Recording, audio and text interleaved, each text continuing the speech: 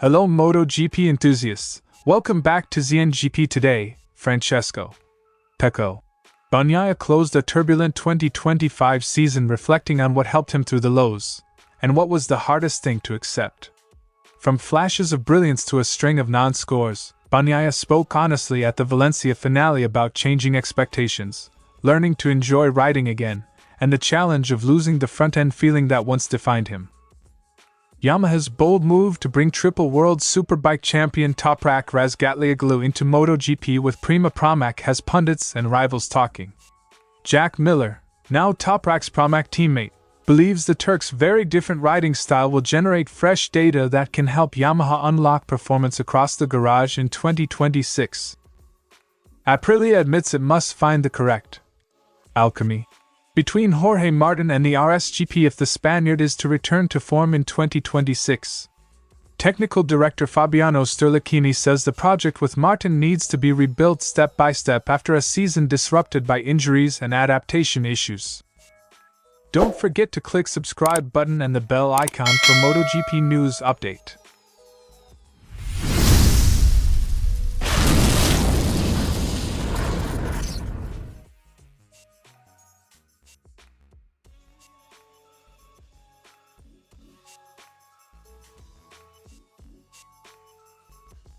Bagnaia's 2025 was a study in extremes.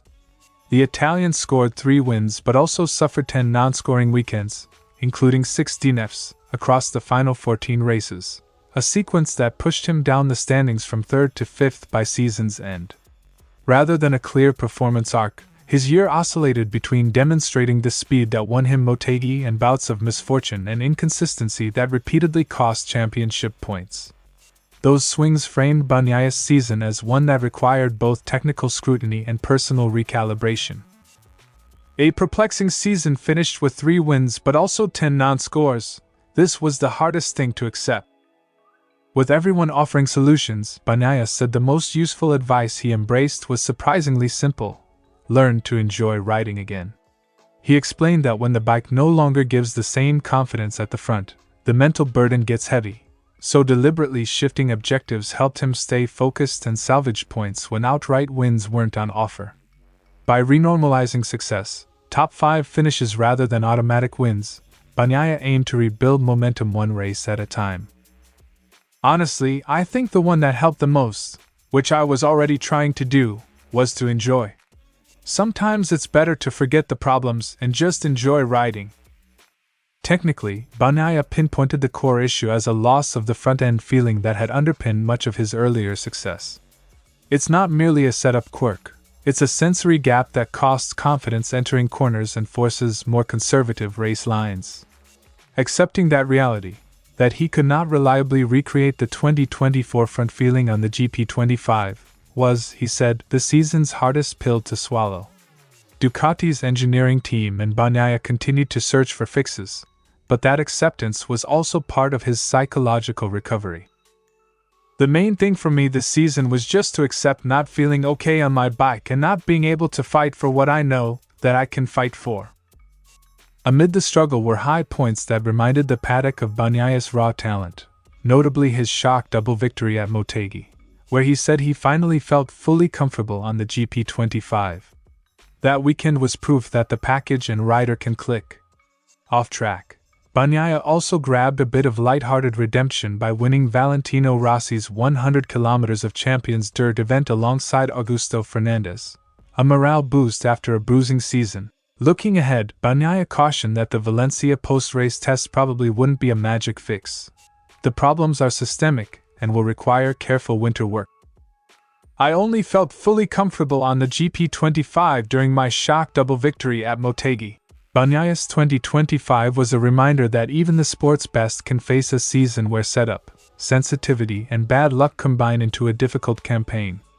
His public reflections, accepting the limits he faced, resetting objectives, and finding enjoyment again, read as both a realistic diagnosis and a roadmap for recovery. Ducati's winter program and targeted testing will be crucial. Can they restore the front-end confidence Bagnaia needs? Or will 2026 ask for a different kind of adaptation? For now, Pecco's focus is clear: rebuild the feeling, keep enjoying the ride, and turn the lessons into momentum. Jack Miller made the practical argument. MotoGP development is often a puzzle of tiny gains, and one of the fastest ways to find new solutions is to have riders who ride the bike in distinct ways. Miller says Razgatlioglu's Superbike background gives him an alternate technique and reference set. Data Yamaha can cross-compare with its existing riders to discover new setup windows, tire usage patterns and aerodynamic responses. In Miller's view, that variety of inputs will accelerate Yamaha's learning curve as it transitions to the V4YZR M1 and prepares for 2026/2027 development work. He's a world-class motorcycle rider. He'll adapt relatively quickly, I believe. Toprak's public debut on the Yamaha at the post-season Valencia test turned heads. He completed significant mileage, completed multiple laps, reports notes sessions of 50-plus laps in private testing in a full Valencia test program, and posted a timesheet position inside the top 20. A credible baseline given it was his first proper outing on Michelin-shod MotoGP machinery and the new V4 package. That kind of running is exactly what Yamaha wanted. Real-world laps to feed engineers early data on how his style interacts with the new bike and the tire behavior. But it's still got 2 wheels and a throttle. So I'm sure he'll be able to sort things out pretty quickly. Jack Miller. The signing isn't just about one season's results. Yamaha and Pramac are thinking medium-term. Toprak's riding style, his Superbike telemetry and his experience with different tire manufacturers can supply alternative reference maps that inform the 2027 bike development on Pirelli rubber, especially important as Yamaha switches to a V4 layout and rebalances its development path. Having Miller, with prior YZR M1 and V4 experience, and Toprak feeding distinct datasets creates a multiplier effect for the factory's engineers. A strategic advantage when multiple manufacturers are converging on new technical solutions. Having a rider like Toprak, another completely different riding style again, you're getting different sorts of data. So all of that's going to play into the strengths of Yamaha. The immediate questions are practical. How fast will Toprak close the gap to regular MotoGP pace? How effectively will the team translate his feedback into usable setup changes? And how will that extra input affect Miller and Yamaha's factory riders? Off the track, Yamaha has confirmed its Pramac pairing, Miller staying and Toprak joining, and the factory's switch to the YZR M1 V4 is already in motion, meaning the next season's testing and early rounds will be decisive for development direction. If Toprak adapts quickly, Yamaha could gain not just another fast rider but a new technical reference that helps the whole squad. Exactly the outcome Miller is betting on. He has a lot of experience with different manufacturers, albeit in superbikes. Jack Miller. In short, Yamaha isn't just hiring a name, it's adding a different set of eyes on the machine. If the data fusion between Miller, Toprak and Yamaha's engineers works as intended, the Pramac Yamaha project could create knock-on gains across the factory lineup in 2026 and help the marque tackle the big technical challenges ahead.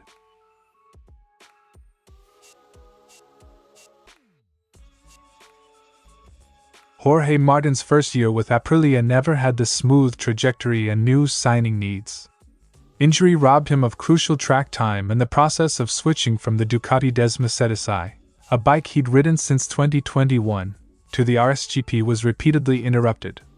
That stop-start rhythm meant both rider and engineers couldn't complete the usual cycle of testing, adjusting and building confidence together, the very elements required to create a deep working relationship.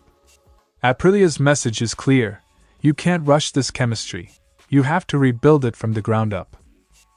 At the end, we have a lot of stop and go during the season, so we have to restart in 2026 in a more building approach, step by step. Quote from Fabiano Sterlachini. This isn't solely Aprilia shaping the bike to Martin, it's also Martin learning the RSGP's language. The alchemy Sterlachini refers to as mutual. The chassis, electronics and aero must be tailored to how Martin uses the machine, while Martin must adjust style and inputs where necessary. That two-way process is rarely instant. It requires shared references, trust in development directions, and patient iteration across test days and early rounds.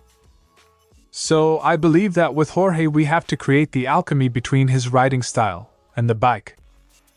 Aprilia do not face this challenge from a standing start. The RSGP proved competitive in 2025 and did so with multiple riders. Marco Bezzecchi and Raul Fernandez both extracted wins from the package, showing the bike has performance traits that can be exploited when the rider and machine align. That success provides a technical springboard. Engineers can compare telemetry from Bezzecchi, Fernandez and Martin to isolate what needs changing for Martin's style. It's quite clear that the scenario that we have now is quite different compared to the beginning of 2025. The bike proved that it can be competitive, with also more than one rider. The tactical plan is straightforward but disciplined.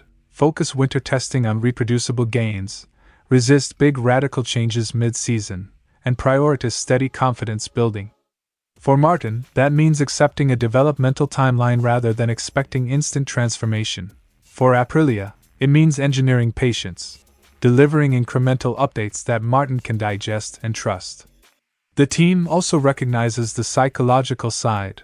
A rider recovering from injury needs positives to rebuild momentum, not just data points. We have to create the alchemy between his riding style and the bike. That obviously has to adapt as Marco did, as Raul did. Aprilia's target for 2026 is simple: turn potential into repeatable performance. Finding that alchemy between Jorge Martin and the RSGP is both a technical and human challenge, one that will be defined by how the team programs its tests, how Martin approaches the reset, and how rapidly they convert small improvements into race week confidence. Keep an eye on early preseason tests and the opening rounds. They'll reveal whether Aprilia's careful, step-by-step strategy is paying off. Thanks for watching ZNGP Today, and this is your MotoGP news update. And see you next time!